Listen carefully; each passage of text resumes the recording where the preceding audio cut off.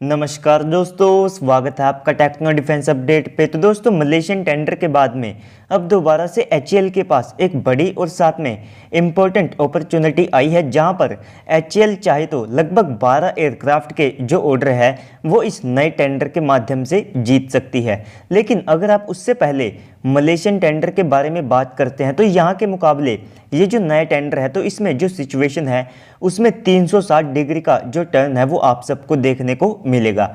और यहाँ पर जो जियोपॉलिटिक्स है तो वो पहले ही क्लियर कर दिया है कि वो एक बड़ा एंगल रहने वाली है, और ये जो बात है ये खुद अर्जेंटीना के द्वारा कही गई है। तो दोस्तों, हम बात कर रहे हैं यहाँ पर अर्जेंटीना की वायुसेना के द्वारा रिलीज किए गए एक टेंडर के बारे में, जहां पर भारतीय तेजस भी हिस्सा ले रहा है। लेकिन जैसे ही हमने मलेशियन टेंडर को हाल ही में देखा है तो वहां पर आप सबको एचएएल के जो अग्रेसिव स्टेप हैं वे देखने को मिले थे। लेकिन अब इस टेंडर को अगर हमें जीतना है तो यहां पर एचएएल को अल्ट्रा अग्रेसिव पॉलिसी को कैरी करना पड़ेगा।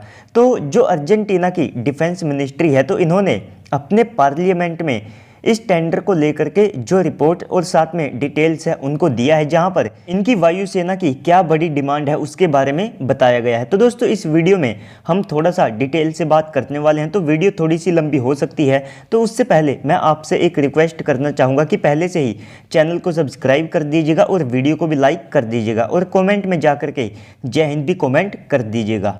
तो दोस्तों, अर्जेंटीना की डिफेंस मिनिस्ट्री ने जो रिपोर्ट और साथ में डिटेल्स अपनी पार्लियामेंट में रखी है तो सबसे पहले तो उसके जो डॉक्यूमेंट है वो आप सब अपनी स्क्रीन के ऊपर देख सकते हैं, जहां पर इनकी वायुसेना की सबसे बड़ी डिमांड ये है कि जिस फाइटर जेट को ये परचेज करेंगे तो वो एक मल्टी रोल फाइटर जेट होना चाहिए, यानी कि वो ग्राउंड अटैक को भी करने में सक्षम होना चाहिए, वो एयर टू एयर रोल को भी परफॉर्म करने में सक्षम हो, और इसी के साथ में और वो fighter jet modern day combat में भी काफ़ी ज़्यादा इफेक्टिव साबित होना चाहिए। तो दोस्तों, ये जो डिमांड्स है ये यहाँ पर अर्जेंटीना की वायुसेना के द्वारा रखी गई है। लेकिन इससे पहले अगर आप ऐसा ही कुछ सिनेरियो मलेशियन टेंडर में देखते हैं तो आप सबको देखने को मिलेगा कि जो भारत का तेजस है वो इस टेंडर में सबसे ज़्यादा कैपेबल फाइटर जेट था।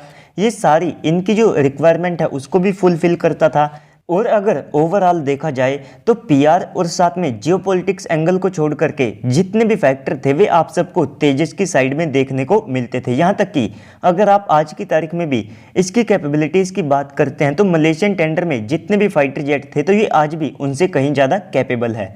हालांकि अभी तक इस बात की पुष्टि नहीं हुई है कि मलेशिया ने जो FA-50 फाइटर जेट है उसको ऑफिशियली यहाँ पर सिलेक्ट कर लिया है। और यहाँ तक कि इस टेंडर को लेकर के थोड़ी बहुत जो कंट्रोवर्सी है वो भी देखने को मिली थी, क्योंकि यहाँ पर आरोप ये थे कि जो मलेशिया के अंदर इनके ऑफिशियल्स हैं तो इन्होंने साउथ कोरिया से जो पैसे हैं वो यहाँ पर खाए हैं, और साथ में जो साउथ कोरिया है उसने भी बढ़ चढ़ करके जो अपनी लॉबिंग है उसको यहाँ पर प्रमोट किया है। तो दोस्तों, ऐसे कुछ फैक्टर थे जो यहाँ पर इस टेंडर में निकल करके आए थे। लेकिन इसी सब के बीच में जो सबसे बड़ा फैक्टर था वो ये था कि भारत को भी अपने जो पीआर और साथ में जो जियोपॉलिटिक्स गेम है इनको और ज़्यादा अग्रेसिव करने की आवश्यकता है, तभी हम जा करके अपने जो बड़े वेपन्स हैं इनको भी एक्सपोर्ट कर पाएंगे। तो ये यहाँ पर एक सबसे ज़्यादा बड़ा मेन पॉइंट था।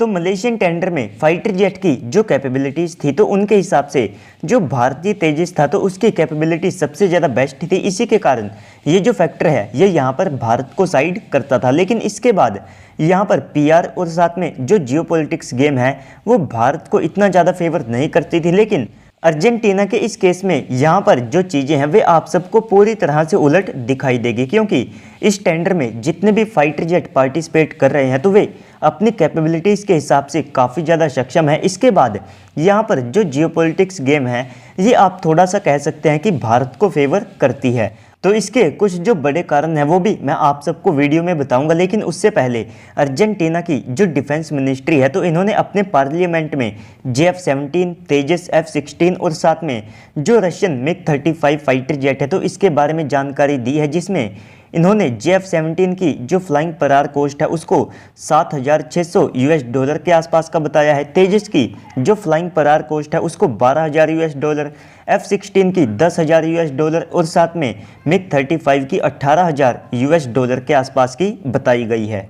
और अर्जेंटीना ने यहाँ पर एक और बात साफ कर दी है कि जो भी देश इनको अपने फाइटर जेट को बेचना चाहता है तो उनको अपने फाइटर जेट में से जो ब्रिटिश कंपोनेंट्स है तो उनको रिमूव करके रिप्लेस करने की आवश्यकता पड़ेगी।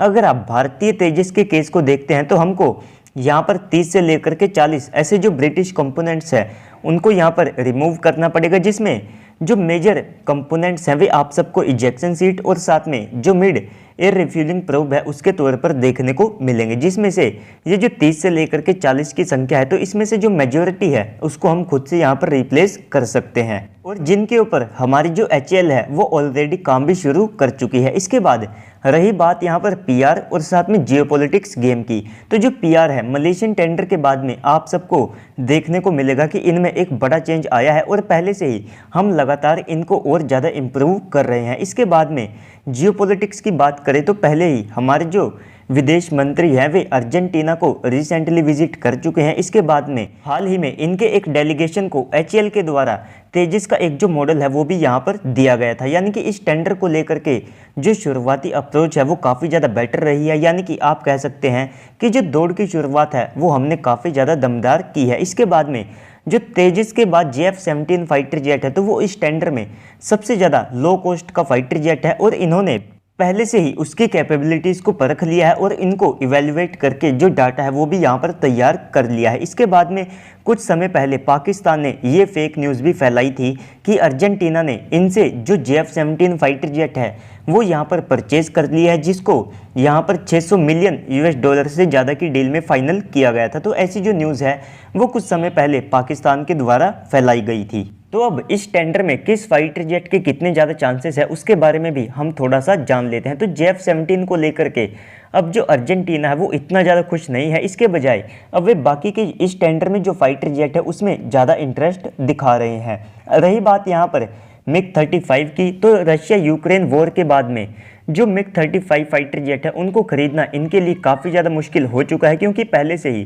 पूरी दुनिया में जितने भी रशियन फाइटर जेट हैं इनको अपने स्पेयर्स के लिए काफ़ी ज़्यादा सफ़र करना पड़ रहा है। यहाँ तक कि जो मलेशिया है तो उनको भी यहाँ पर काफ़ी ज़्यादा परेशानियों का सामना करना पड़ रहा है, जिससे कि वे अपने Su-30 MKM फाइटर जेट को यहाँ पर जो है मेंटेन कर सके। रही बात यहाँ पर F-16 की, तो यहाँ पर उनको सबसे पहले तो इसके जो सेकंड हैंड वेरिएंट है वे ऑफ़र किए गए हैं। इजराइल ने उनके पास इसके जो सरप्लस वेरिएंट हैं वे भी ऑफ़र किए हैं। तो दोस्तों इस पूरी अपडेट को लेकर के आपको क्या लगता है कमेंट सेक्शन में बताइएगा। साथ ही साथ अगर आपको वीडियो अच्छी लगी है तो वीडियो को लाइक कर दीजिएगा और चैनल को भी सब्सक्राइब कर दीजिएगा। तो चलिए दोस्तों आज की इस वीडियो में इतना ही, मिलते हैं अगली वीडियो में, तब तक के लिए गुड बाय, जय हिंद।